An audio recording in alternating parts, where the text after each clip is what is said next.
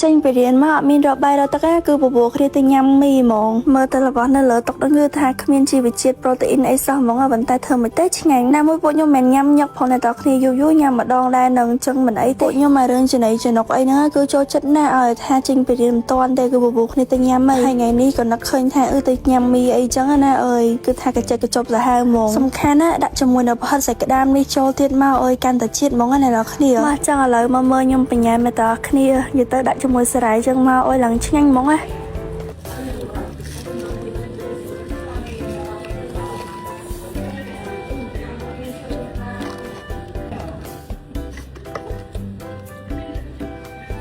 តើបងគ្រូហ្នឹងចាប់អី